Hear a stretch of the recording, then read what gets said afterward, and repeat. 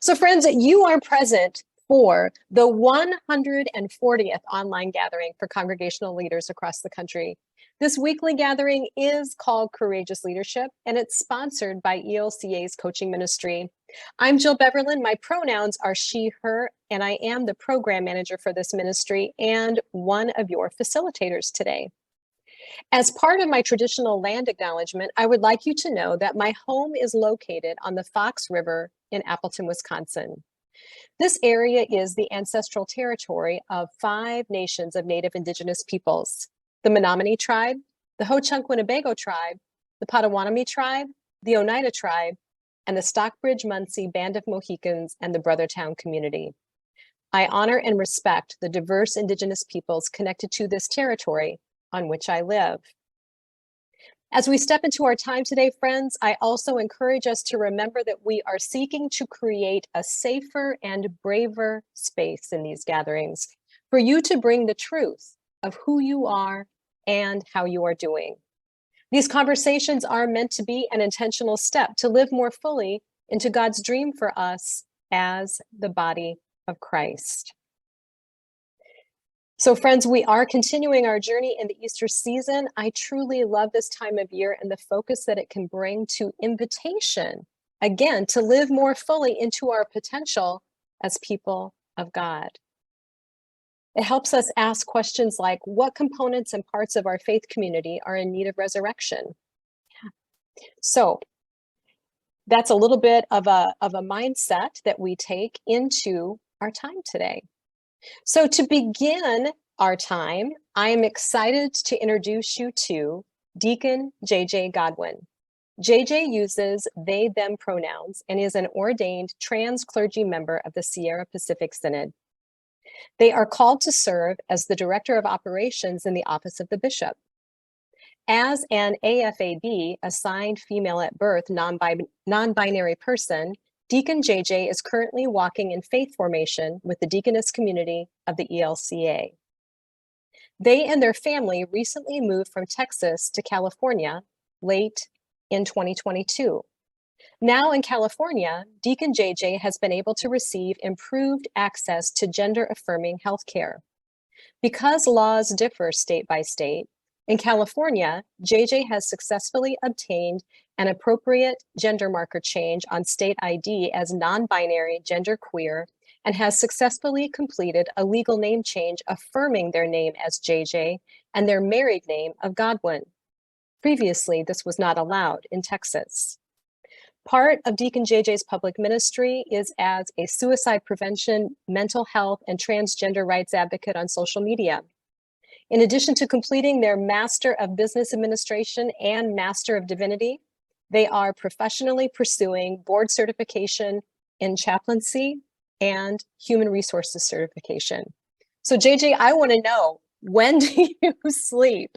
And I want to officially welcome you to our space and thank you for helping us center today. Thank you, Jill. Thank you so much for the invitation, and I'm so grateful to be here. Yeah, I think it's good boundaries, right? And time management gets us through the day, all of us, I'm sure.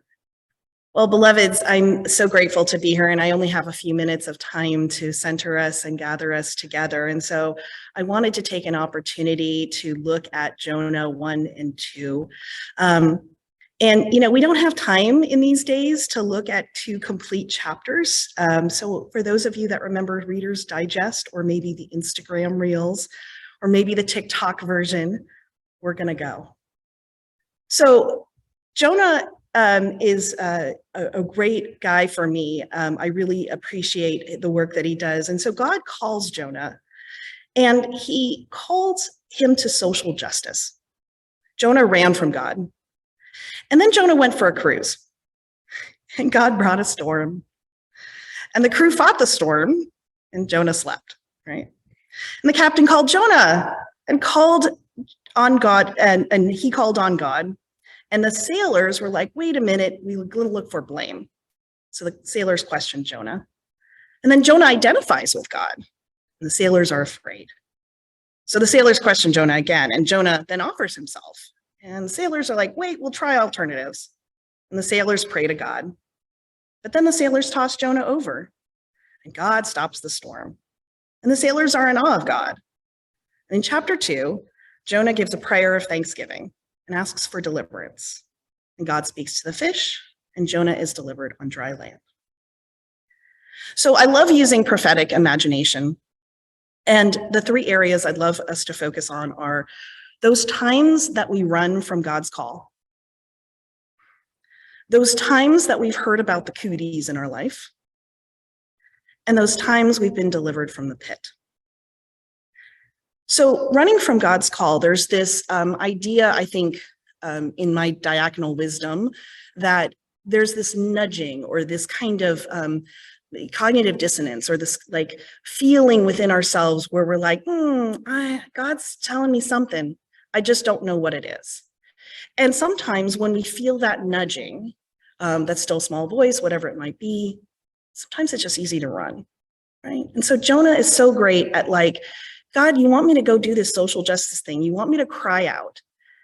I'm sorry, I'm going to run, right? And that's an easy thing to do.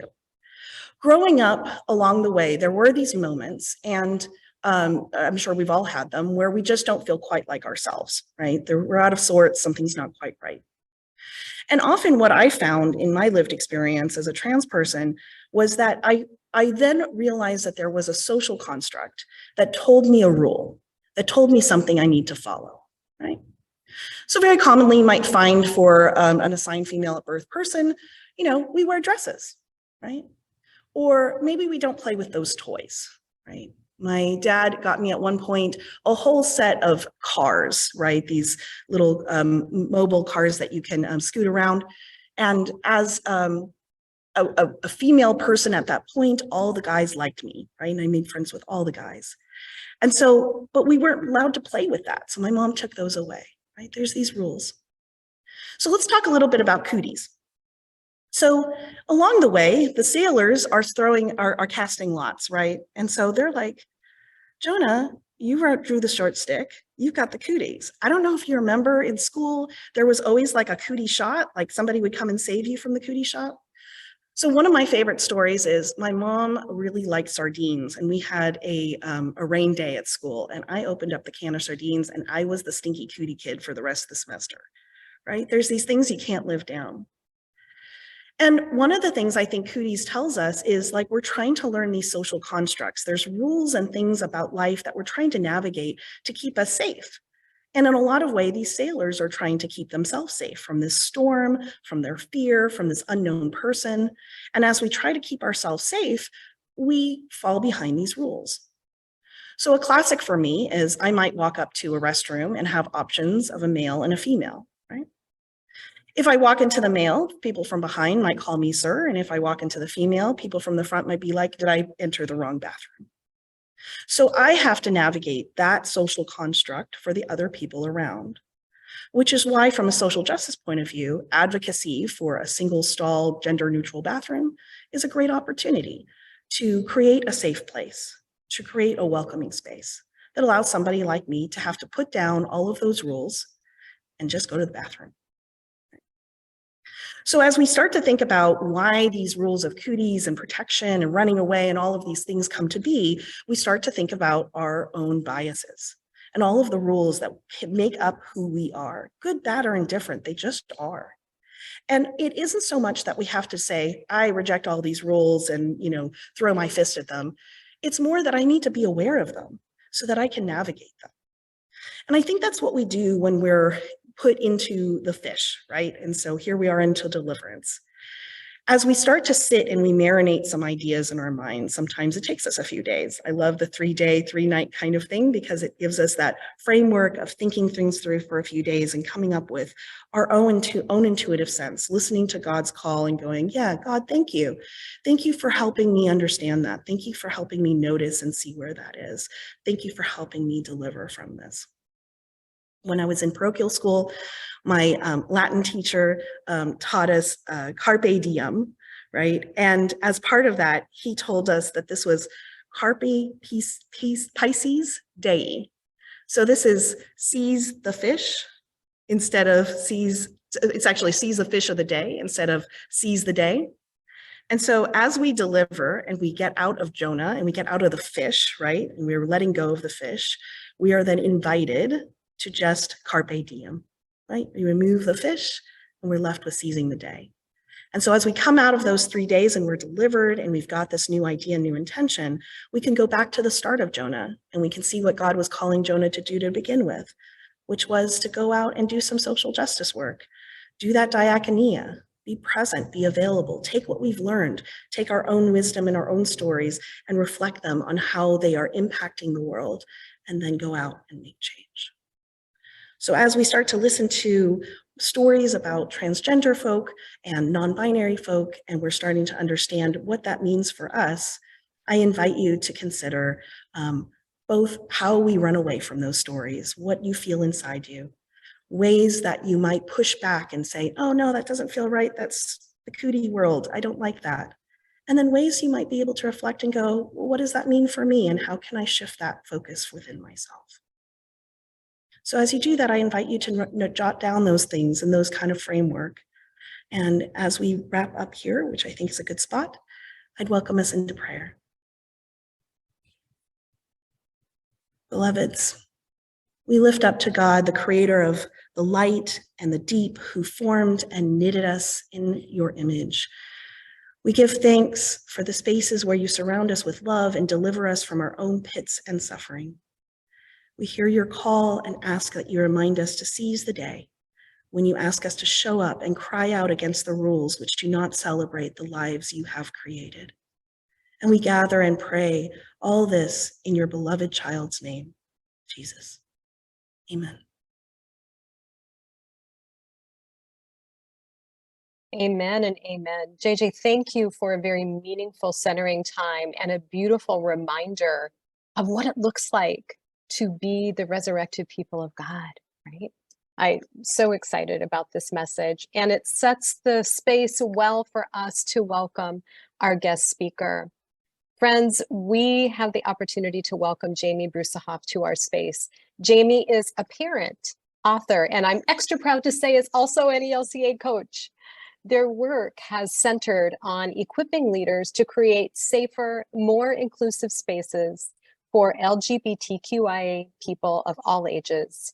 You might have seen or heard Jamie on the media outlets of Disney, Good Morning America, NPR, USA Today, or even Marvel. Later this year, we will be able to learn even more from Jamie when her book, Raising Kids Beyond the Binary, Celebrating God's Transgender and Gender Diverse Children, is published. Jamie, I also don't know when you sleep, but we thank you very much for making time to be with us today.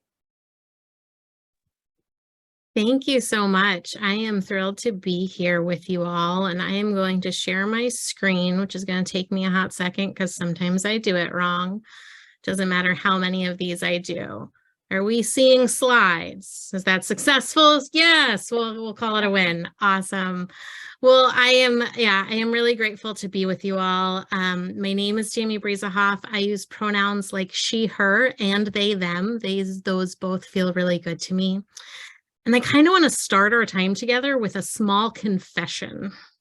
My confession is that church was the only place that I ever asked my child to not show up fully as herself. And I think that's a big thing. So I'm going to go backwards a little and share a bit of our story and talk about how we got to that moment. But I think that is a important and heavy, admittedly, for me, and I hope for you all, place to start. So 16 years ago, my spouse and I, we became the proud parents of our firstborn child, a child that we thought was a boy, but who deeply knows herself to be a girl. And I joke that Rebecca, my daughter, came out of the womb demanding her voice be heard, or no one was going to sleep again. So it was from the very beginning that we learned that we were going to have to throw out all the advice and all the parenting books and what everyone else told us was right, and just listen to her and follow her lead. And it's like she knew what she was doing, because we were going to need those lessons as our journey unfolded. From the time that Rebecca could talk or gravitate or make choices, she loved all things pink and sparkly. She loved unicorns and rainbows. She'd dress up in my old dance recital costumes and she would whirl and twirl. And at no point at that point did we think, oh, this must mean you're a girl. We told her that colors are for everyone and clothes are for everyone, and you can be any kind of boy you want to be. We just didn't know she wasn't a boy yet. When she was 3 years old, she was assigned the role of a bird in the preschool play, and she wanted to be a pink bird. So we thought tropical. I was like, pink birds are a thing. We can do this. I am the least crafty person you have ever met in your life, and I will stand by that. That costume is held together with spray adhesive and staples. But she was thrilled because she was this bright pink bird. And as we sat in the pews of the church where the preschool play was happening, I had my phone at the ready to capture my child's stage debut, and my spouse was sitting next to me. And then we realized, as all the children came on stage, that when they said bird, they meant seagull. And all the other children stood there in their gray and white bird costumes next to our very bright pink little boy. But that fit her perfectly, and that's kind of who she's been all along. As she got older, her gender nonconformity, a word we learned along the way, intensified, and with it came some anxiety. She really struggled to find how she fit in the world, and we, for a long time, assumed that was the result of not fitting into this tiny box that the world gives us for what it means to be a boy or a girl. And so we supported her in navigating that, but over time, it became clear that it was more than just not fitting in the boxes. She was really trying to figure out who she was. And that brings us to Holy Week 2015, when she said, "Mom, I want to wear a dress for Easter." Now, this is the point where I tell you that my spouse is a pastor, and he was the pastor of a small congregation in a rural conservative part of New Jersey. Now, I know that rural does not mean what it means elsewhere, but there were absolutely cows in my backyard. So we had some cred there. And our congregation had noticed, as Rebecca shifted into dressing in more feminine ways and kind of dressing usually head to toe in pink was her thing. And they'd gotten used to this gender nonconformity, but we didn't know how they'd respond if the child that they thought was our little boy showed up in a frilly Easter dress on Sunday. And we didn't know if we would be able to keep her safe with all the extra people that come for Easter and Christmas. And we were scared to figure out how to navigate that. And so for the first time in her entire life, we said, no, we see you and we love you and we understand this is who you are, and we just need you to wait. And that is something that I carry with me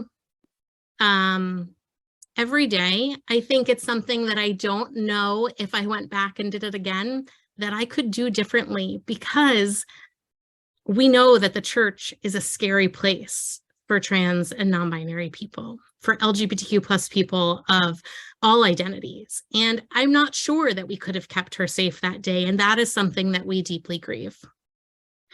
But it was just a few weeks later that she did go out into the world for the first time as herself.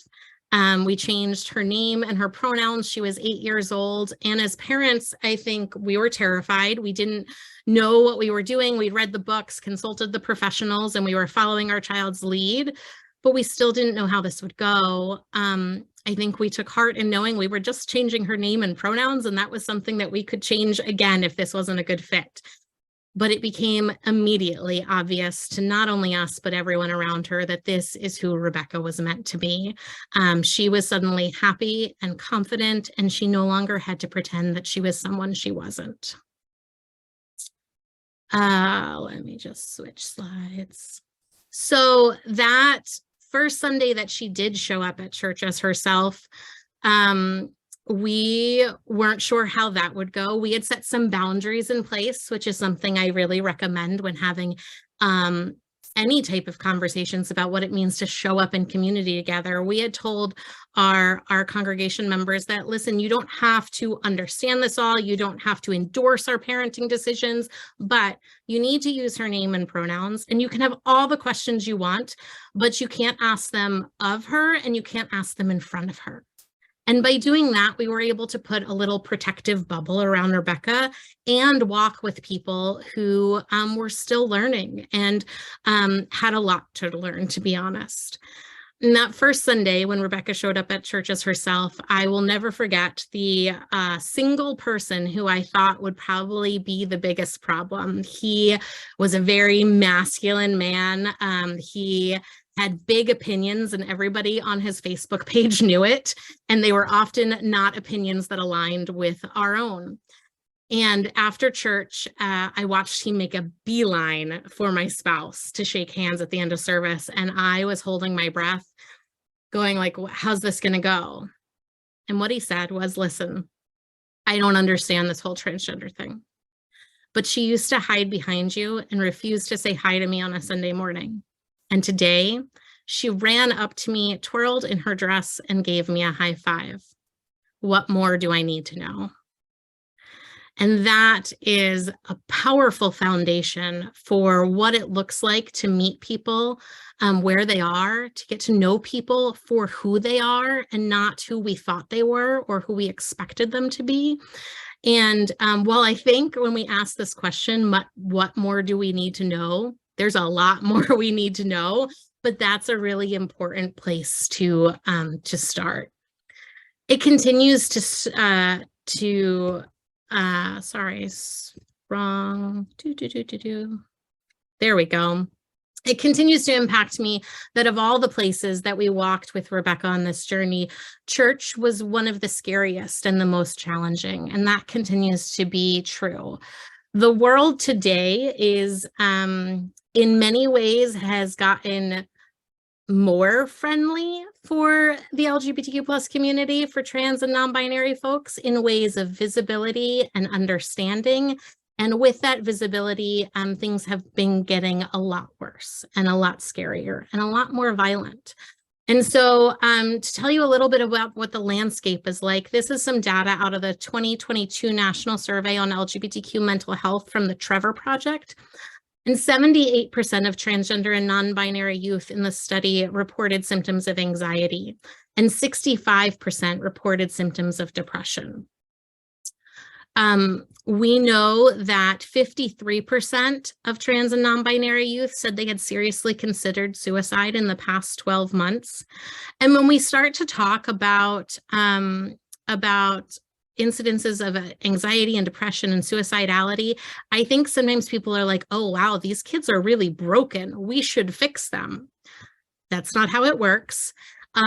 Unfortunately, 2 out of 3 young people in the 2019 version of this study did say that someone had attempted to change their gender identity or sexual orientation. And that could have been family members. It could have been informal counseling, although that type of therapy is illegal in some states. Unfortunately, it's not in all. What we know is that that doesn't help LGBTQ plus young people or trans and non-binary young people thrive. In fact, it doubles their risk of suicide. And so if they do not struggle because of who they are, they do not struggle because they need to be fixed, why is it? Well, it's because of what they face in society largely. Less than 1 in 3 transgender and non-binary youth indicated that they had homes that were affirming. That's the, like, your home base, the one place where you're supposed to experience unconditional love. And less than 1 in 3 were saying they had that. And in addition to that, we know that the political landscape has a major impact on trans and non-binary individuals and their families. Last year, more than 300 anti-LGBTQ plus bills were filed, and this year we're at more than 417. It depends on who you count, whose count you go by. Some show upward of 600, and sometimes that's because there are duplicate bills and things like that. But it is an overwhelming amount of legislation, largely targeting transgender and non-binary young people right now. And these bills look like things like bans for transgender students in sports. That's my daughter, Rebecca. When she was 10 years old, she plays field hockey and still does to this day. We are lucky to live in New Jersey where she is safe to do so. Another major category of legislation is bans on healthcare, on gender affirming care that is evidence-based and medically necessary and life-saving for trans and non-binary young people. And those attempts at bans happen through legislation, and they happen through other pieces of the government as well when that legislation is not effective. We're also seeing those bans move into making affirming care for adults really challenging in many states as well. And finally, the other kind of main bucket around these legislation or these legislative bills are book bans and curriculum requirements or restrictions and what happens in our schools. This is Rebecca with a book she wrote, a kid's book about being inclusive. And it is critical that our young people see themselves reflected in the curriculum around them. And so these attempts are really challenging. What I would say is I don't care. I practice saying this, I admit. I don't care your political affiliation. It's not about that, although I do care about these young people. But what I need each of you in your context to understand is that this has a significant impact on the lives of trans and non-binary young people and their families. Whether they live in a state where this legislation is being passed or not, they are hearing their identities be debated at the highest levels of our country, and hearing who they are be weaponized against them in a really dangerous way. And that is critical as we think about what it means and what it looks like to care for our siblings in Christ. And so what does this mean, the ever-loving, the ever-Lutheran question? We need to know that people of faith are overwhelmingly doing the most significant harm to this community. It is voices of faith that continue to be extremely loud and organized and terrifying in talking about trans and non-binary identities along with the larger LGBTQ+ community. And we see that generally when it comes to suicidality, we know that faith is a protective factor for youth and young adults. That means that young people with a strong faith were less likely to report an attempt or suicidal ideation. We have various studies, and this is just one example looking at lesbian and gay youth who said that religion was important to them, had much more, in this case, 38% more likely to have had recent suicidal thoughts. And that's because if faith is really important to you and you're hearing people say that who you are isn't okay in the eyes of God, that's terrifying and impacts your ability to be yourself in the world. And so this is my friend Tor. Tor is a young adult in New Jersey, and was a group of youth who helped us start our ministry called Faith, Hope, and Love, building safer and more welcoming congregations for LGBTQ+ youth. Tor shared their story at one of our early events in New Jersey, in the New Jersey Synod, and talked about growing up in the Lutheran Church and loving their congregation and their community and having all these tight-knit bonds. But as Tor began to unpack their identity, they had questions. And their church had never said anything bad about being non-binary or being a lesbian or being LGBTQ+, but they'd never said anything good either. And so in that vacuum, Tor went to Google and looked up, what does God say about these things? What does the Bible say? And encountered some really harmful theology and wrestled with that on their own without support because of that. And at this event, Tor shared how they eventually connected to an out queer pastor who became a mentor in their life and helped heal their relationship with the church. But they implored the people at this event to love a little louder. And I would suggest that we need to love a lot louder. We are called to loudly, boldly, and joyfully celebrate trans and non-binary people of all ages as the called and claimed children of God that they are. And I think it's important to know, while we have this deep call to advocate for justice and safety and well-being, we don't actually do this work just to take care of the poor trans and non-binary people. We actually do this work because the body of Christ is more fully present when trans and non-binary people are in our midst, when they are gathered into our communities, and the church is a more authentic and vibrant place when that's the case. And if we do this well, if we lean in, if we have hard conversations, are willing to make mistakes and get it wrong and be corrected and say thank you and try to do better the next time, if we start to unpack these boxes that we've shoved ourselves in as far as what it means to be a man or a woman or a human being, then we create space for all people to show up more fully as themselves. And it can look like 2 years after Rebecca transitioned, when we held a name blessing for her forever name in our congregation, and we gathered with her godparents in our congregation and my father-in-law who had baptized her, and came together to celebrate her and her journey. It can look like Rebecca, who at 10 years old took the stage at the 2018 ELCA Youth Gathering in front of 30,000 young people to share her hopes for the church and the world. And it can look like my family, who, while our day-to-day is a little chaotic in doing this work and things can be really heavy, are really enriched by the experience of knowing, loving, and supporting and following Rebecca's lead. We have the power in our ministries to create spaces where families like ours can thrive. And there's never been a more important time to do that. This is how you can get in touch with me if you are interested in learning more. And that is my book that I am excited to share. Really talking about how we do this practically and tangibly in our context. And now I'm going to stop sharing and give you some questions. Did I successfully stop sharing? Nope, hold on. There we go. I want to offer some questions as we go into the rest of our time together. I want to invite folks to consider, what is an assumption that you had about transgender young people specifically, or this conversation around them when you entered this space today? Second, I would like to ask what it would look like in your context to boldly, loudly, and joyfully celebrate transgender and non-binary young people.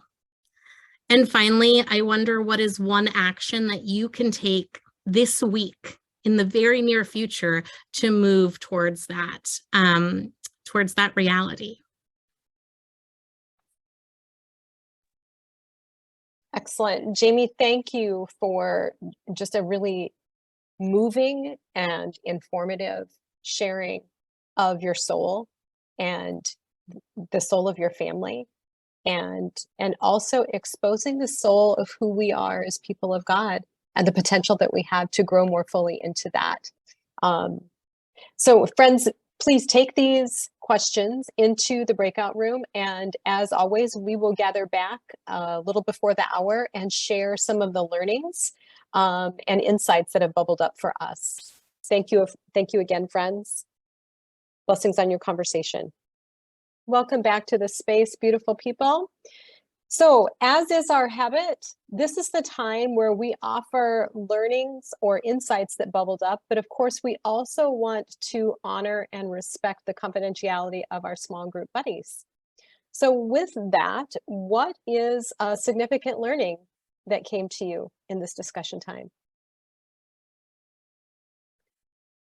Jason and I were both saying, this is a big topic. There's just so much opportunity here, so. I'll say too, just in case, because I know it's also a sensitive topic. If you're not comfortable speaking aloud because we're recording, if you want to say something first, I'll just make sure I can edit that out before we post that on the public site. You'd be surprised at how much stuff Jason has to edit for me. He really does follow through on that if you ask him. I didn't see the note that we were supposed to be coming back soon, so we weren't even finished with our conversation. But the wonderful thing was hearing from another person where the place that she is very open and welcoming, and that I have that. The big thing is going back to being people of faith. Why is it that so many people in faith are so adamantly against, so unaccepting, so unloving? And I think Linda said, we as a pastor have to lead that, but you're out there and you're saying it, but it feels like sometimes it's just not being heard. Mm-hmm. Mm-hmm. Thank you for naming that, Pam. And I think that JJ's devotion really gives us some insight into the forces at work that make that happen. What's another learning insight? One thing we brought up in our group is it's one thing for a congregation to become accepting and affirming of people, and another thing to have a congregation that's equipped to defend the position their congregation has taken in the face of opposition. I think a lot of people are accepting but feel quite inadequate when they're challenged about why their congregation has accepted people. Mm-hmm. We need to do a better job of equipping people to defend the position we've taken. Yeah, beautiful insight. John, I'm going to take that comment and just invite Jamie and JJ to share briefly what are some resources that we can use to help with that equipping process, to help bring voice to the feelings and the stance that congregations are taking. JJ, you want to go first on this one?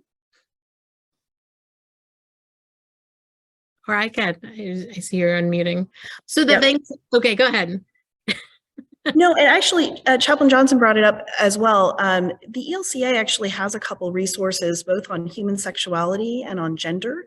And there actually are some workbooks and some conversations and videos that are part of each. These are part of the social statements and social messages.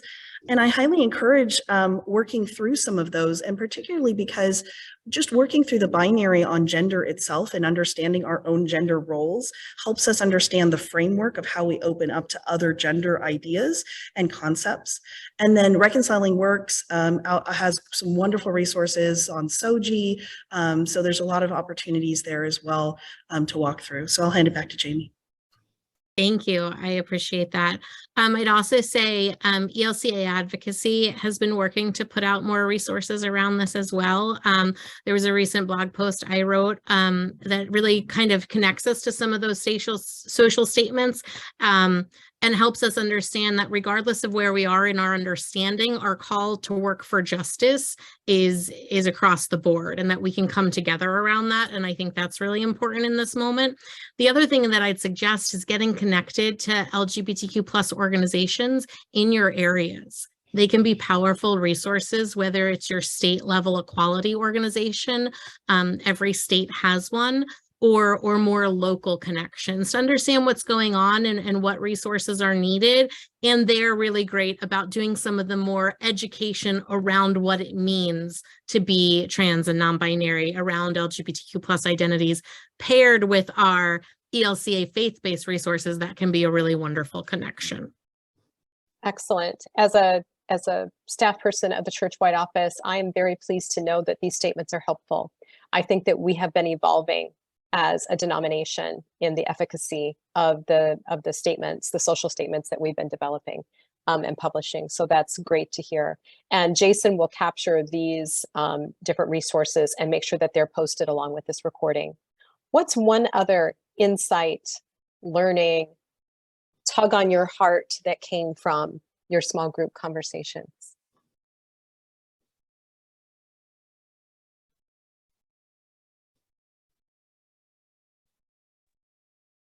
One thing that we did talk about is just hearing the real life story. And thank you again for sharing about your daughter and just trying, what does it mean to get it right? And it's messy and we don't know, and trying to work with gender pronouns and messing them up. And but it's that effort that shows somebody you care and just are listening and want to make sure you call the person individually by how they would prefer to be addressed is just so important in starting that road to seeing them and understanding who they are. And so just reminding ourselves that even if a church is an RAC church or currently working on it, that we can't sit on our laurels as our membership changes or new people are coming in. It's an ongoing thing. We have to continue. And, you know, that's part of the effort, right? That everybody deserves when we're doing justice work. So anyway, that was one of the insights from the group. Amen. And Janice, I really want to amplify the why we do this. It's the call as resurrected people of Jesus to love our neighbors. I mean, at the core, this is part of loving our neighbors. It's so important that we are engaging this work. How about a last comment, friends, to tie a bow on it? This wonderful conversation. By the way, we are giving away 3 of Jamie's books. They're in the pre-order state right now. Jason has captured all of your names. If you are someone that is not on our mailing list, if you want to, in the chat, you can do it privately to Jason. Put your email address so we can contact you and let you know that you were a winner. Jason uses the something wheel. I don't know what it's called. Wheel of Names. Wheel of Names. There we go. When we do our resource giveaways. But this is exciting. Love it. Can I end with just one thought? Please, Jamie. Absolutely. So I think, and I shared this in my small group, that one of the kind of astounding statistics that continues still to be true is that the majority of the population in this country doesn't know someone who is transgender or non-binary. And that's kind of amazing. And also, when we don't know things, when we don't know people, when we look at things as issues, it's a lot easier to respond out of fear and confusion. And so with all of the misinformation and politically charged information out there, I would encourage you all, as you hear things, to get good information, to ask questions, to look for resources. Because if you're hearing something and going, wow, that really doesn't sound right, probably isn't right. And so I would just encourage you to do that research and expand your communities and get to know people's stories. Get to know people's stories. I love that encouragement. And with that, friends, we will continue our conversations next week. It will be our small group by topic because it'll be the first Wednesday of the month. And as always, when we sign off, I want you to know, friends, that you are seen, you are valued, and you are loved. Thank you for being here today. JJ, Jamie, thank you so much for your time. It's been such a blessing. Yes. Thank you, Pam, for sure. Big hearts today. God bless you, friends. Assalamu alaikum.